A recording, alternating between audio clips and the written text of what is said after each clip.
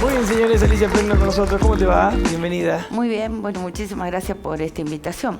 Hacía mucho que no, o sea, has desaparecido de la escena constante, ¿no? Digo, de lo pública o de lo expuesta que es el cargo de vicegobernadora.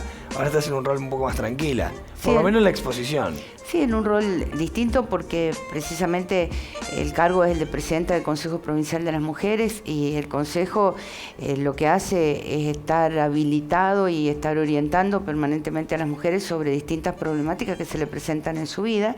Y de ahí en más, sí, trabajando con conversatorios, trabajando con formación para las mujeres y bueno, desde ese lugar estamos muy contentas. La verdad es que hoy formando un grupo de trabajo que es el que conduce la diputada Alejandra Vigo y que es precisamente ese grupo de trabajo donde se reunió toda la información que es para la formación política de mujeres y que lleva el nombre de Lideresas, con el que estamos trabajando y que llevó a que se hiciera el primer estudio subnacional de participación de paridad política de las mujeres. Esto se hace a nivel nacional, se hace con ONU Mujeres, se hace con OEA, se hace con el PNUD, así le digo yo más fácil, y bueno, se hacía a nivel nacional y hace poquito, por una decisión del gobierno de Córdoba, que fue precisamente llegar a un acuerdo con todas esas instancias, con todos esos organismos internacionales, poder hacer y que se presentara aquí en Córdoba el primer estudio subnacional de una provincia. Ahora, vos siempre fuiste una lideresa, ¿no? Hoy asistimos a una época de lucha y de cambio y de empoderamiento de la mujer muy notoria. Pero tengo la sensación, por lo que conozco de tu historia y por verte, que fuiste una mujer empoderada siempre, ¿no? O desde hace mucho. Yo digo que quizá me parece que todos somos resultado un poco del medio en el que convivimos, que son los desafíos que se nos plantean hasta de nuestros propios hogares. Yo siempre digo que mis padres han sido unos adelantados en esta época, le ganaron a esta época. ¿Por qué? Porque lo que se plantearon eran dos personas que mamá pudo terminar el primario, papá no pudo terminar el secundario, y se plantearon lo que se plantean todos los trabajadores. Primero que sus hijos, tuvieron 2 hijas nada más, no tuvieron hijos varones, que sus hijas pudieran llegar a cumplir eso que quiere cada una de las familias, que es precisamente que asciendan, que puedan hacer otros estudios, que puedan formarse. Y desde allí también las libertades y la confianza, que me parece que es clave para que uno se pueda desarrollar y pueda sentirse muy tranquila.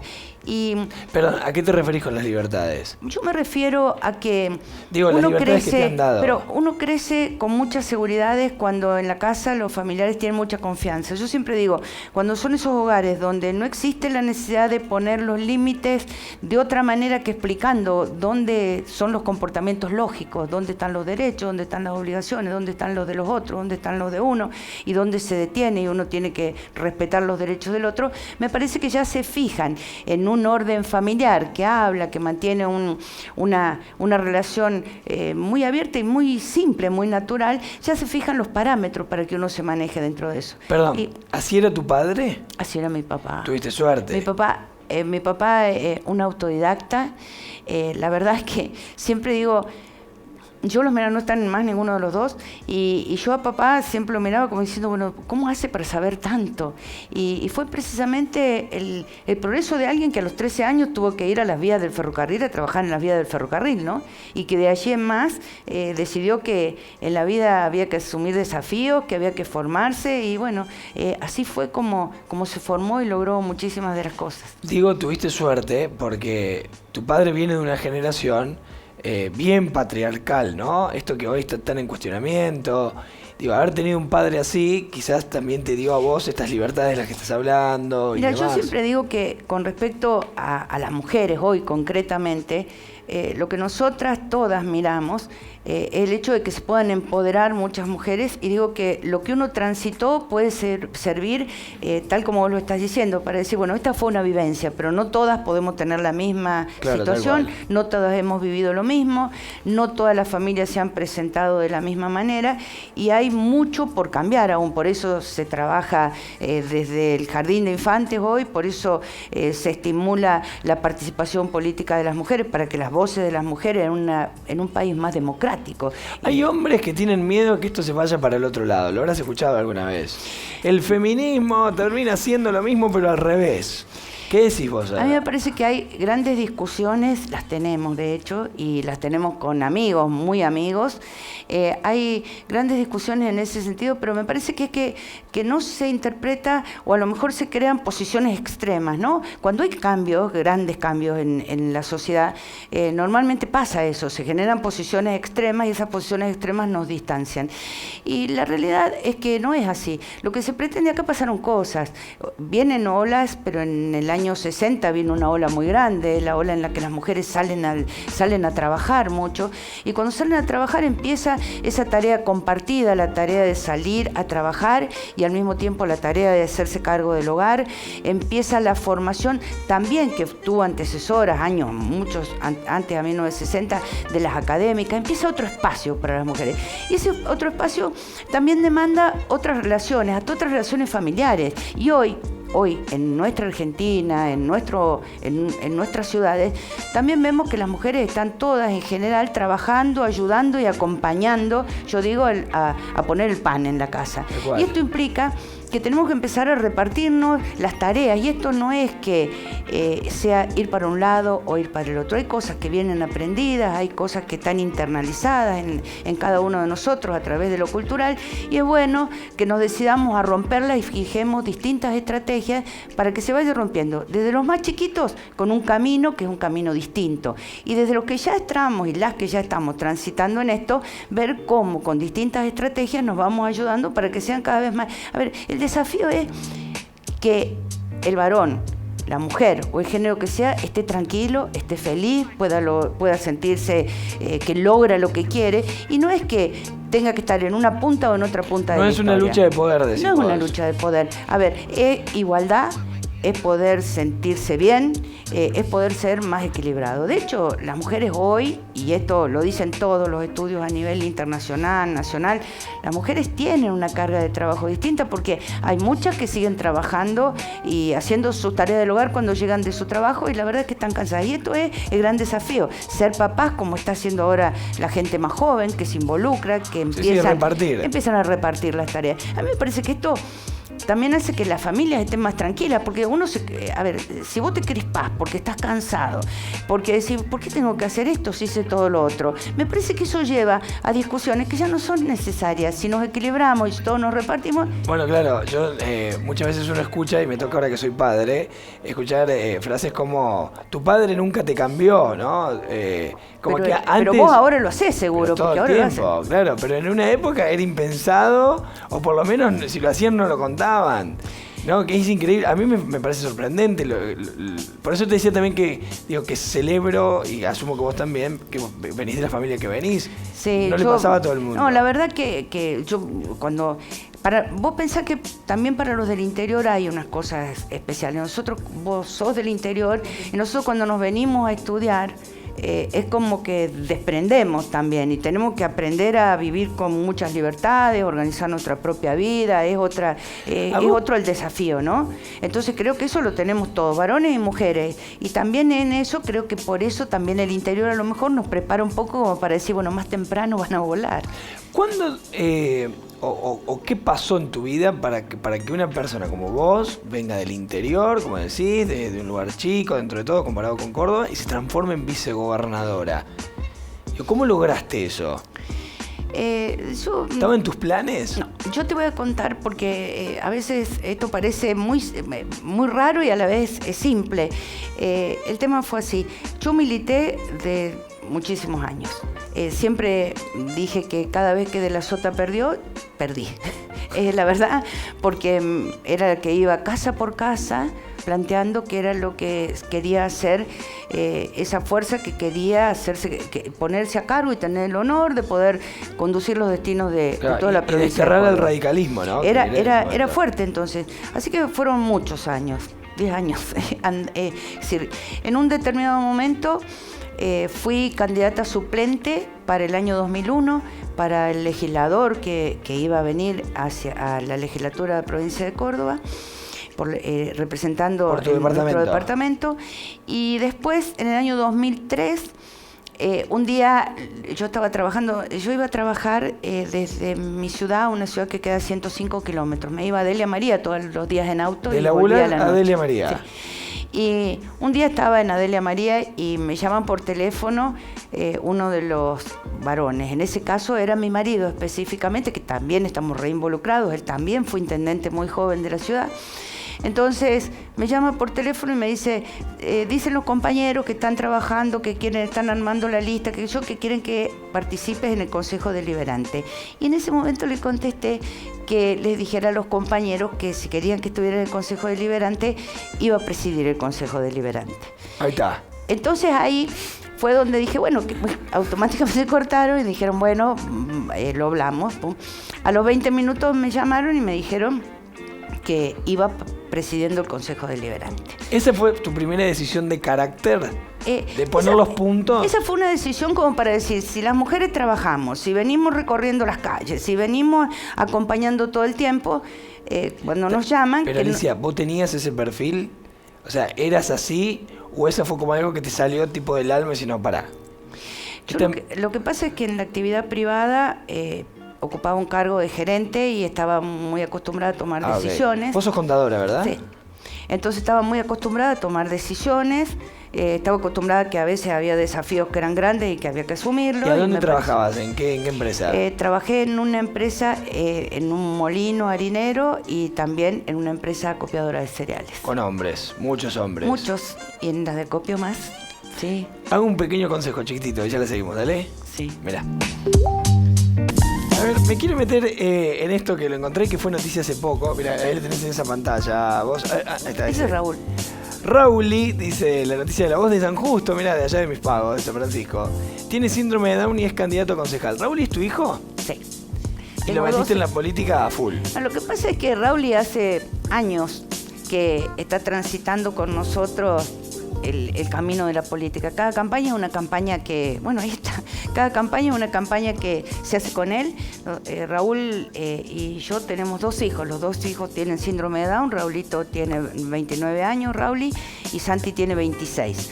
Por consiguiente, la familia tenía que, desde que inicia esa familia, se tiene que manejar junta. Y va para todos lados juntos. Así que Raúl participaba de todas las reuniones partidarias, participaba de todas las campañas políticas, le encantaban todos los actos de cierre y él expresaba, y ya lo expresaba desde hace 3 años, él expresaba que quería ser concejal. Y la sorpresa fue que ahora, cuando se hizo el cierre de listas para la intendencia de la ciudad, desde la fuerza partidaria se decidió que se renovaba mucho, que iba a haber muchos jóvenes, y cuando se convocó a los jóvenes, lo convocaron a Rauli. Fue muy cómico porque Rauli tiene muy en claro las cosas que hay que hacer. Así que cuando le dijeron hay que firmar para aceptar el cargo, Rauli corría buscando la lapicera porque había que firmar en ese lugar en el que iba a estar su espacio para participar en la lista. Esto me parece maravilloso. Yo de toda la vida, Raúl, yo y un grupo de padres, un grupo muy importante de la Bulaya de Padres, hemos trabajado por la inclusión de las personas que tienen distintas discapacidades.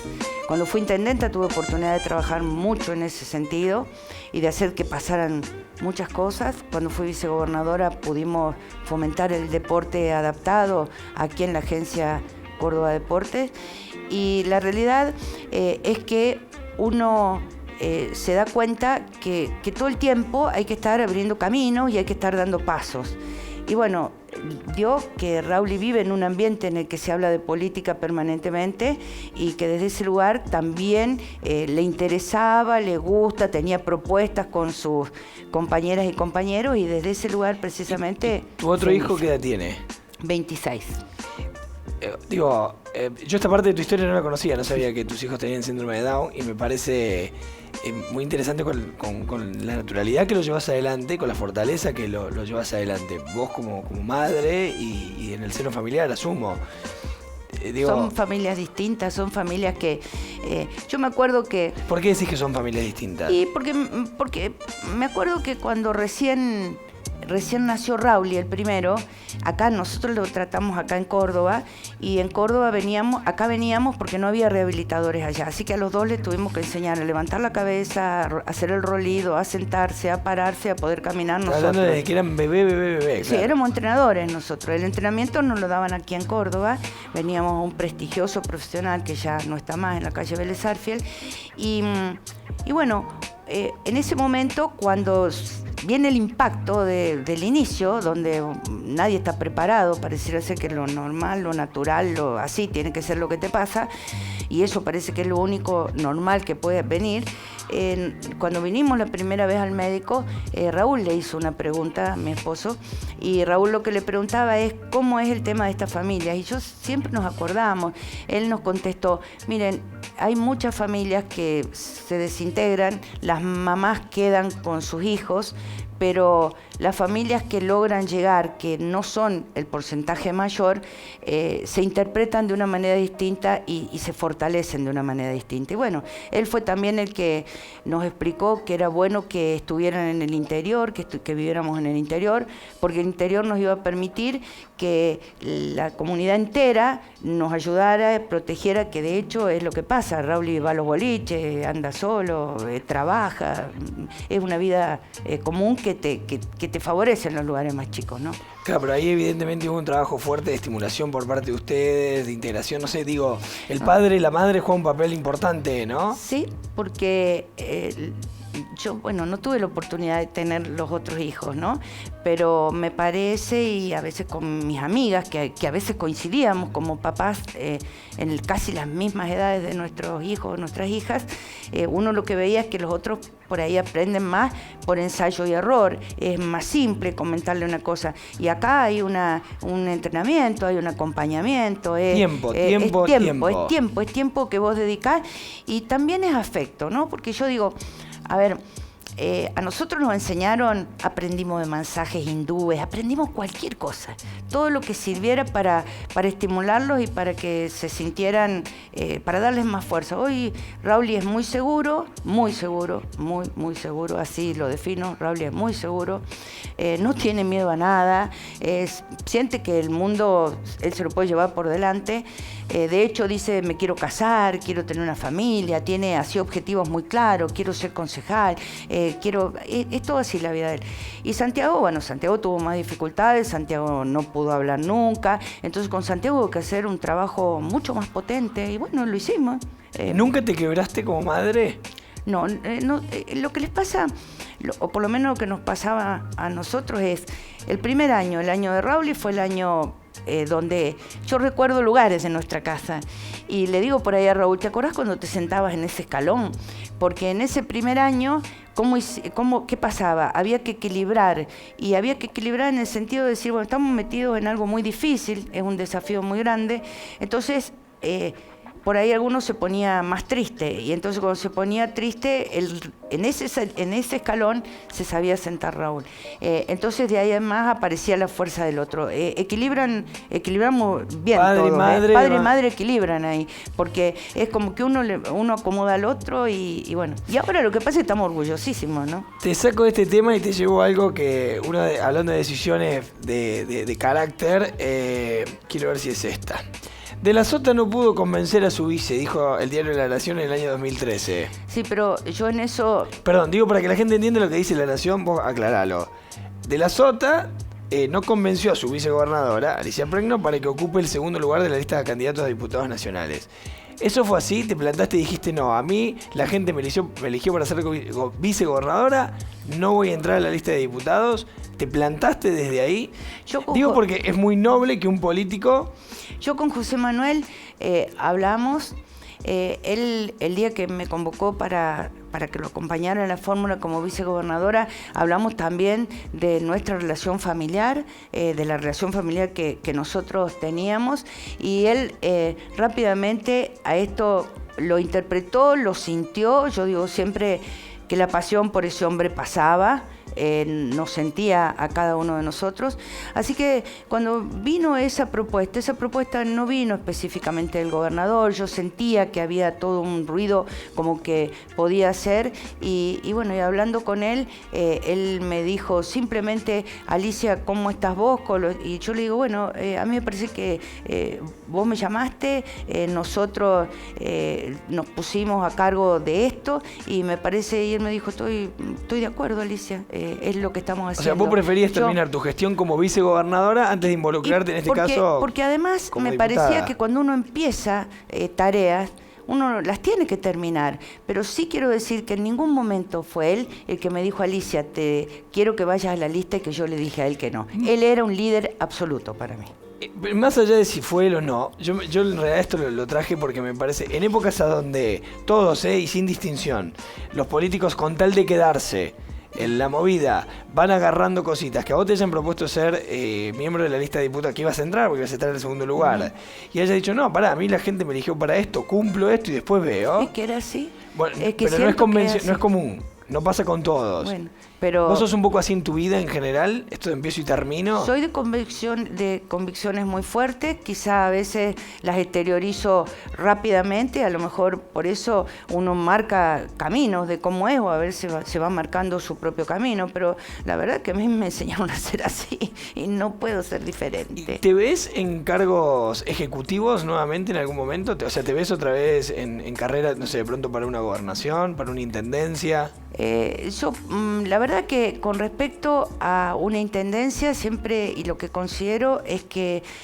tiene que haber gente que estamos en un proceso de renovación. Tiene que haber gente más joven, tenemos que dar espacio a la gente más joven. Me parece que eso es muy importante, porque si no, las muestras de la política, ¿qué nos va pasando? En algunos lugares uno ve que hay intendentes que a lo mejor estuvieron 6 mandatos porque lo permite, y la verdad es que creo que hay que ir renovando, que la gente joven trae hasta una posibilidad de hacer muchas más cosas. Tiene más fuerza, está más aguerrido. Me parece que esa es la historia. Y con respecto a lo que siento muchísimas veces, que puedo hacer miles de cosas, siempre también interpreto cómo es mi propia profesión. Mi propia profesión está muy cargada de organización y método, está muy cargada de cómo hacer que los procesos funcionen, de cómo hacer que las cosas anden lo más ordenadas posible. Este fue mi rol también en las empresas, ser ¿Eso es propio de los contadores? Digo, porque es una de las cosas que le tildan a Schiaretti como virtud. Ser un gran organizador. Yo creo que tiene mucho que ver. La figura de Schiaretti es una figura muy fuerte en cuanto a la organización. Es una persona que, bueno, de hecho lo sabe todo el mundo, por eso ha tenido la respuesta, seguro que ha tenido la ciudadanía, pero es una persona que sabe lo que está pasando en todos los ministerios al mismo tiempo. Y me parece que esto es algo que viene en la formación que de repente tenemos. ¿Pero vos te ves en una carrera por la gobernación o no? Yo me veo, si vos me dijeras a dónde podría llegar a estar, y siempre me parece y estimo, porque también esto tiene que ver con los partidos políticos, y este es un desafío de las mujeres. Entonces creo que los partidos políticos están migrando, se están modificando, y sí, quizá diga, me parece que todavía no hay tantas posibilidades para que una mujer aquí esté ocupando la gobernación, pero sí hay muchas mujeres que tienen la posibilidad de ocupar cargos en el Ejecutivo muy grandes. ¿Eso crees? ¿Todavía no estamos en Córdoba preparados para que una mujer sea gobernadora? Porque me parece que todavía falta que los partidos políticos sientan... Pero, ¿tiene que ver con los partidos o con el electorado? ¿La gente votaría a una mujer para la gobernación? Gran pregunta. ¿Por qué? ¿Qué es lo que sucedió? Yo puedo contar mi experiencia, no como vice, porque ahí había un gobernador. Sí puedo contar mi experiencia como intendenta. Cuando fui candidata a intendenta, fui primera intendenta de la ciudad de La Bulaye, entonces también me tocaba abrir un camino. Y cuando abría ese camino era ver si realmente la ciudadanía apoyaba o no apoyaba. Fue la última vez que hubo elecciones con padrones separados. En la ciudad de donde yo vengo se perdía por las mesas de las mujeres. En la ciudad de donde yo vengo ganamos por la mesa de las mujeres. Ahí fue la elección donde fui electa intendenta. No obstante, sentí que durante un primer año fui muy observada, pensando a ver qué iba a hacer esa mujer. Por ser mujer, digamos. ¿Qué iba a hacer esa mujer? Porque no era, porque la política normalmente está en manos de varones. Si vos me decís hay mujeres capacitadas para ser gobernadoras. ¿Lo podría aceptar la ciudadanía? No sé, porque el electorado nunca sé qué hacen las urnas. El electorado hoy, más que nunca, no sé qué hacen las urnas. Que vos me digas, ¿estarían? Sí. ¿Vendría bien? Mejor. ¿Sabes por qué? Porque también me parece que esta participación de las mujeres tiene que ver con una cosa que creo que es muy importante, que es que el sentir de las mujeres se plasme a través en la horizontalidad. Las mujeres somos distintas para conducir, somos menos verticalistas, somos más horizontales, participamos más en todos los lugares dando opiniones. Esto se nos discute a veces, porque llegar a una conclusión, por eso las mujeres hablan de sororidad, llegar a una conclusión es más difícil cuando vos sos más democrático, más amplio. Y me parece que ese es un modo de ser que tenemos las mujeres. Yo trabajé con un equipo de gobierno cuando era intendenta, que trabajaba con el equipo todo el tiempo, todos juntos. Y la idea era que lo bueno, lo malo, el equipo lo trajera, para que uno lo viera. Una linda charla, ahí habría que ver qué pasa de cara al futuro. Hacemos un corte muy chiquito, ya venimos. Dale. Pasa eso. Nos quedan unos minutos con Alicia Pregno. ¿Es Pregno o Preño? Pregno, ¿no? Dice gobernador Schiaretti que es Preño y tiene razón, porque él es de familia italiana y siempre, cada vez que iba, cuando él era gobernador y yo era intendenta, él me decía así. Mi madre es carignano y en realidad es cariñano, ¿no? Por eso te lo preguntaba. Te voy a hacer una consulta. Quiero ver dónde lo tengo por acá. Esto encontré. Retuiteaste que algo que dijo Schiaretti, pero lo retuiteaste. Pusiste: en Córdoba nadie hace política con la necesidad de la gente. El hilo de la conversación fue mucha gente descreyendo de eso. Lo que pasa... Pero digo, ¿hay un descreimiento generalizado de la sociedad con la política y sus intenciones? Sí. Lo que creo es que... al principio nosotros transitamos esta democracia con la alegría. Yo soy de las que me tocó vivir el inicio de recuperar la democracia. La transitamos con muchísima alegría. Y dentro de esa alegría que íbamos teniendo, me parece que después vino el tiempo de la fricción y de no creer en nada en la política. Y la verdad es que yo creo que la política es lo que puede transformar a la gente. Yo pregunto, si no hubiera nadie que estuviera involucrado en la política, ¿qué haríamos? ¿No? Entonces, yo creo que cuando uno dice en Córdoba nadie hace política con la necesidad de la gente, está diciendo la verdad. ¿Por qué? Porque precisamente lo que uno trata de hacer en cada paso y en cada momento en que está en una función pública es de que el ciudadano o la ciudadana esté bien. A ver, esto no es... hacer algo con la necesidad de la gente. Pero te pusiste a ver las respuestas que tuviste. Yo leí todas las respuestas. La gente piensa, no sé, seguramente lo has escuchado, que la gente cree que muchos se meten en política para beneficio personal. Bueno, pero creo que se equivocaron. Bueno, pero lo que pasa es que algunos han demostrado lo contrario. O sea, hay políticos que les han jugado una mala pasada a la política, ¿no? Bueno, pero yo la verdad que creo que hay mucha gente que tiene ilusiones, que construye y hace cosas en la política porque piensa que hay que cambiarle la vida a la gente, y esta es la realidad de muchísimos de los que están en la política y de las que están en la política. Entonces, yo cuando me dicen eso, sinceramente tengo que decir, cuando uno lo hace con todo el afecto, con todo el cariño, cuando uno vuelca todo lo que tiene, cuando alguien pone 25 horas, 16 horas, 25, digo, para decir más de las que tiene, es porque está pensando en qué se puede hacer para la gente. Entonces me parece que esto pasa porque hay un descreimiento generalizado de la política y sinceramente no creo que todos estén incluidos en lo mismo. Sí puede haber casos, no digo que no, pero no creo que todo el mundo esté incluido en lo mismo. La verdad es que hay gente que tiene muchísimas ganas de hacer que pasen cosas buenas para la gente, y esta es la función. Gracias, Alicia. Un gusto. Soy la primera vez que tengo la posibilidad de entrevistarte, me encantó, así que gracias. Bueno, gracias. Alicia Pregno, señores, nos tenemos que despedir. Sean felices, ríanse, vivan la vida con alegría que no cuesta nada. Será hasta la próxima. Chao, Alicia. Tu vida al alcance.